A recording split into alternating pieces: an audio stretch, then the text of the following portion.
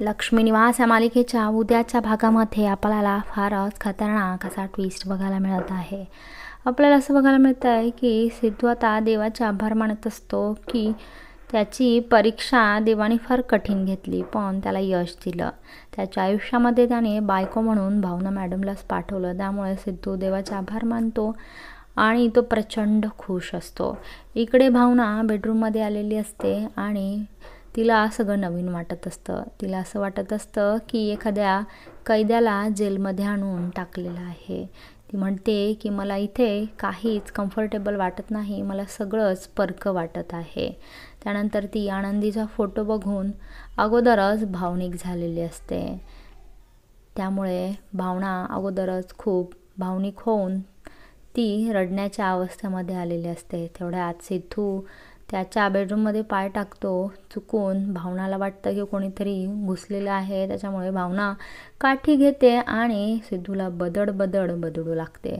त्यानंतर सिद्धू म्हणतो की अहो मॅडम, मीच आहे आणि ही माझीच बेडरूम आहे, तर प्लीज मला माफ करा, मी माझ्या बेडरूममध्ये यायचं नाही का झोपायला. त्यानंतर मात्र भावनाला काय बोलावं तेच समजत नाही. भावना बेडवर बसते आणि ती पुन्हा जोरजोरात रडू लागते. ती रडताना पाहून सिद्धू तिची माफी मागतो आणि तिला म्हणतो की मॅडम तुम्ही रडू नका, काय झालं आहे ते मला अगोदर नेमकं सांगा. त्यानंतर मात्र भावना आता सिद्धूच्या गळ्यात पडते आणि जोरजोरात रडू लागते. ती म्हणते की मला इथे काहीच आपलं असं वाटत नाही, मी इथे कशी राहणार आहे, त्याशिवाय आनंदीची मला फार आठवण येते, असं म्हणून भावना रडू लागते. त्यानंतर सिद्धू भावनाला शांत करण्याचा प्रयत्न करत असतो.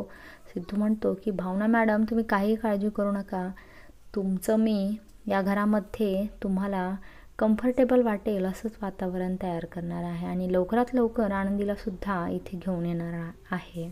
इकडे जयंत झोपेतून उठलेला असतो तेव्हा जान्हवी त्या बबूचकासोबत खेळत बसलेली असते. ती त्याला खाऊ चारत असते, त्याचा अगदी लाड करत असते, त्याला प्रेमाने भरवत असते.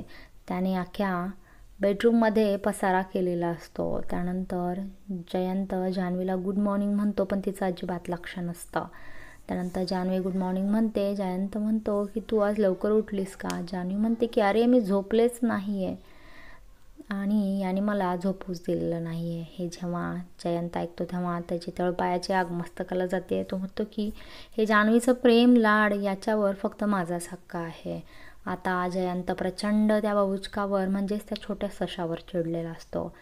काय आता जान्हवीच्या या प्रेमाची शिक्षा त्या सशाला मिळणार का. जयंत आता त्या बबूचकाला नक्कीच या प्रेमाची आणि लाडाची खूप अशी खतरनाक शिक्षा देणार आहे. पाहत रहा लक्ष्मी निवास.